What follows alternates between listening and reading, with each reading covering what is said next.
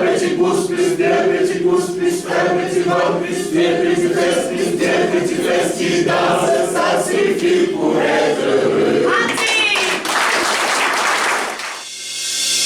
Bonjour, je suis Maria Matassi, en service au ministère de Petites et Moyennes Entreprises, de l'économie sociale et de l'artisanat du Cameroun.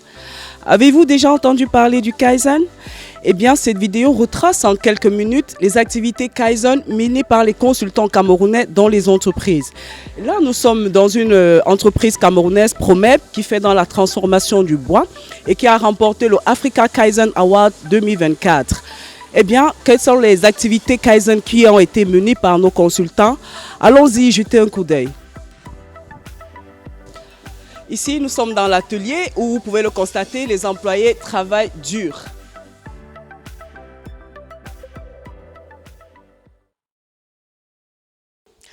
Alors, nous allons procéder à un petit quiz. Parmi les propositions ci-dessous, quelles sont celles qui ont été améliorées après le passage des consultants par Promeb?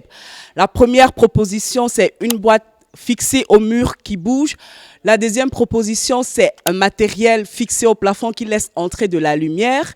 Et la troisième proposition, c'est un chariot qui permet de transporter le matériel pendant le travail. À vous de jouer.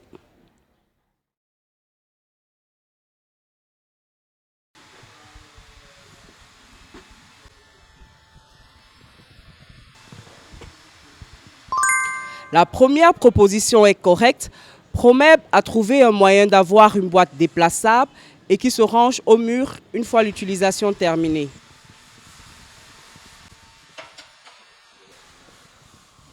La deuxième proposition est elle aussi correcte. Promeb a réussi à trouver un moyen de faire entrer de la lumière du jour dans l'atelier en changeant quelques tôles.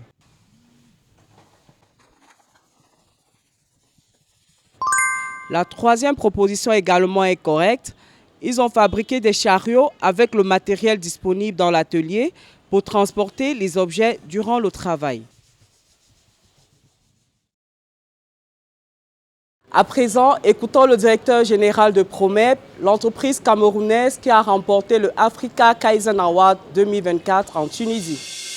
Je suis très content de savoir que nos efforts dans l'application de ces principes de gestion nous ont permis d'avoir une reconnaissance déjà au Cameroun et sur le plan africain.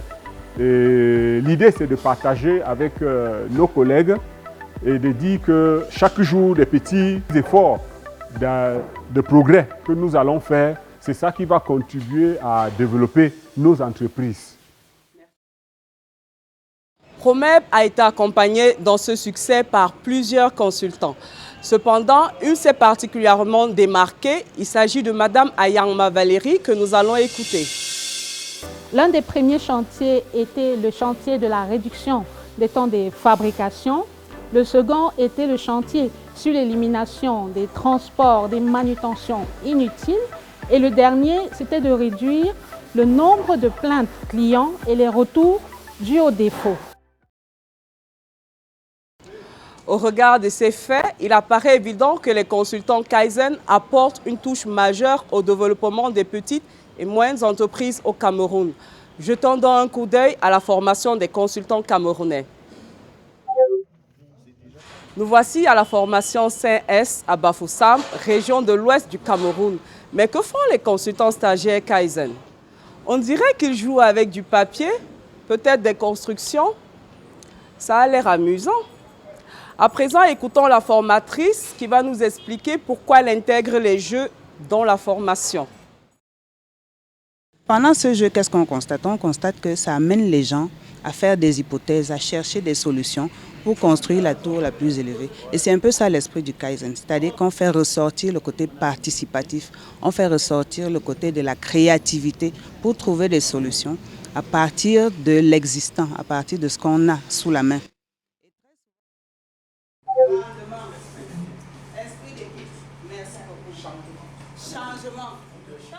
La formation semble être très participative.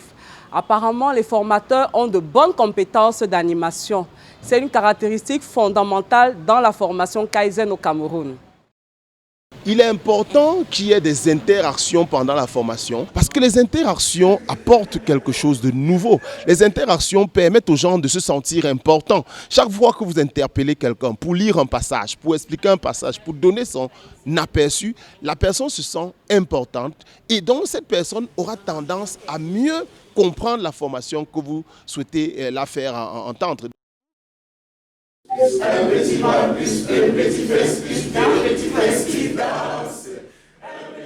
La formation Kaizen, compte tenu de ses impacts dans la vie d'une entreprise et d'un pays, est une formation très sélective et sérieuse. Mais pourquoi les consultants chantent et dansent? Une fois de plus, écoutons l'avis du formateur sur ce sujet. Il faut dire que lorsqu'on fait de l'andragogie, lorsqu'on forme des personnes adultes, il ne faudrait pas qu'on ait des formations qui soient typiquement théoriques où on vient lire des slides en longueur de journée. Il faut permettre à ces personnes de temps en temps de s'évader, à ces personnes de se rencontrer parce que les techniques d'animation permettent aux personnes de briser la glace, comme on le dit souvent, des brise-glaces, permettre aux personnes de se rapprocher, d'échanger et ça crée un climat participatif tout au long de la formation. Si on fait une formation unidirectionnelle où on ne fait que donner des discours unidirectionnels, il y a de fortes chances que les gens ne sortent avec aucune information.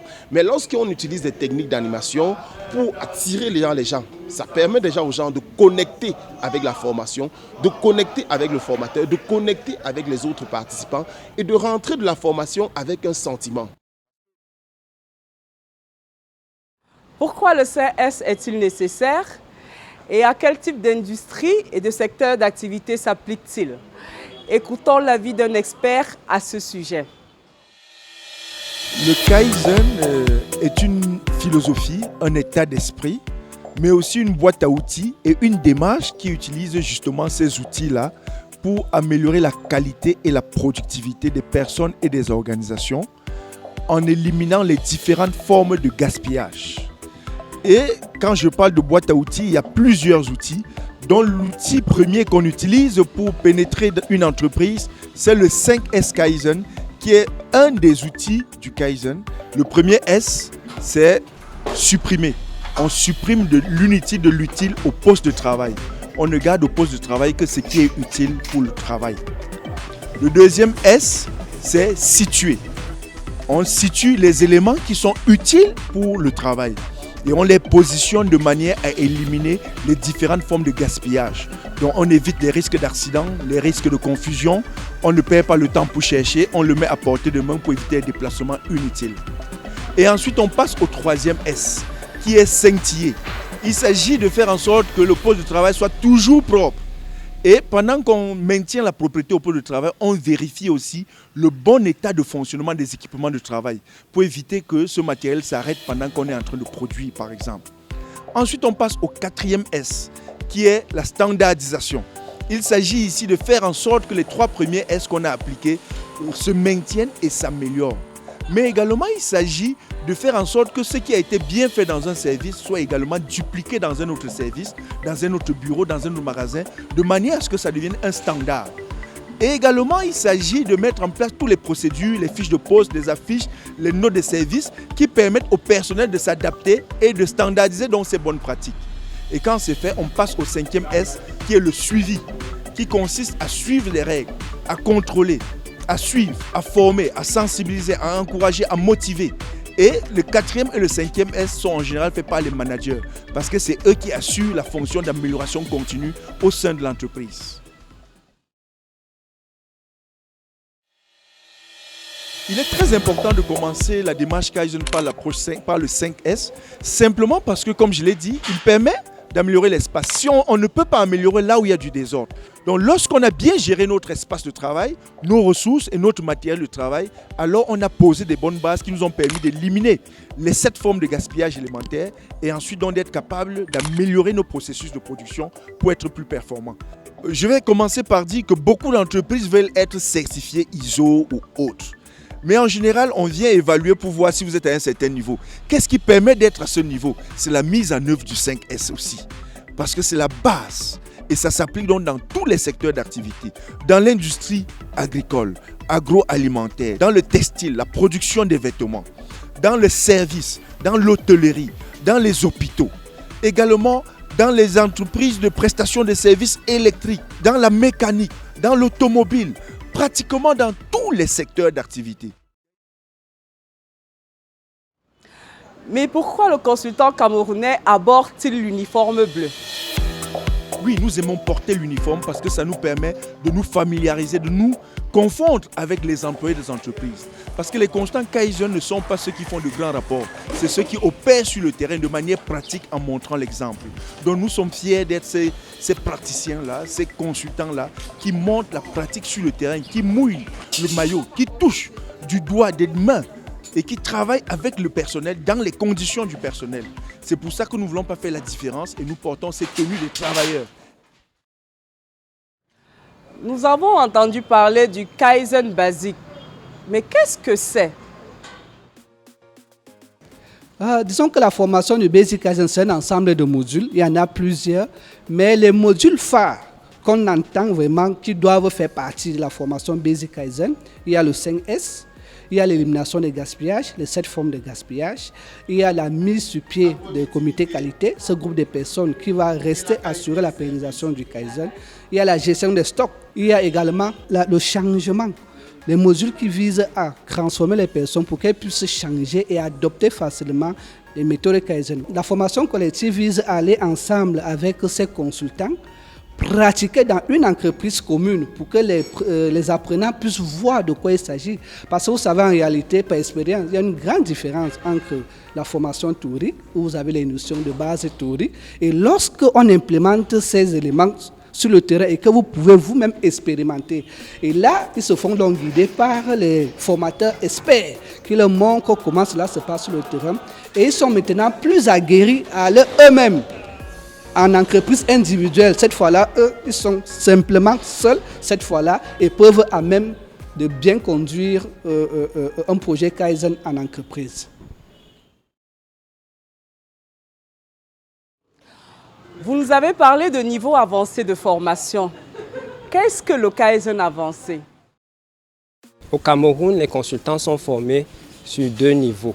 Nous avons le niveau basique, avec des outils d'introduction de l'approche Kaizen. Et nous avons, après le niveau basique, on a un niveau un peu plus avancé qui va introduire les techniques de Kaizen sur l'optimisation des lignes de production. C'est notamment l'ingénierie industrielle, le SMED, le Value Strip Mapping, 7Q6 Tool. C'est aussi des outils comme le Time Study, Work Sampling. Et à côté, en parallèle à ce module d'optimisation des lignes de production, on a un module qui permet d'améliorer le management dans une entreprise. C'est notamment des outils de finance, d'analyse financière, le marketing, les ressources humaines et la création du business plan orienté vision. C'est un business plan dont toutes les actions sont menées pour atteindre une vision, la vision que l'entreprise s'est fixée. Donc voilà en quelques mots ce que j'entends par Kaizen avancé. La formation sur la gestion financière des entreprises dans le cadre du projet Kaizen s'appuie sur le système juridique et judiciaire OHADA pour analyser les états financiers, qui regroupe en son sein 17 États. Les consultants camerounais se déploient également auprès de plusieurs partenaires au développement.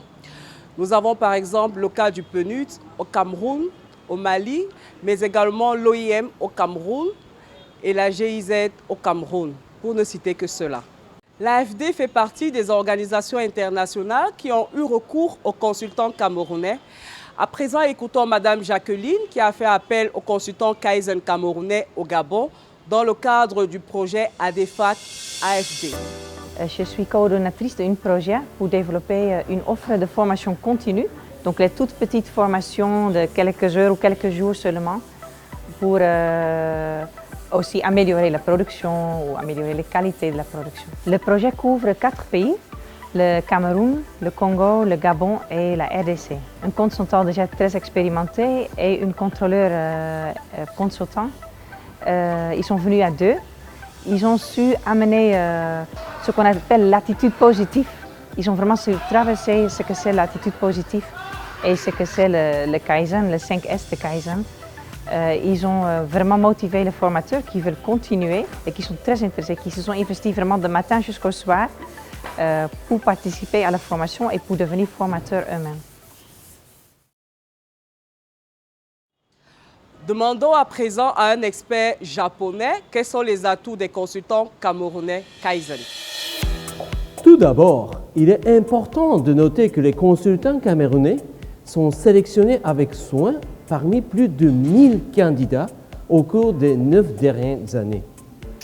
Seuls les meilleurs d'entre eux ont la possibilité de devenir formateurs.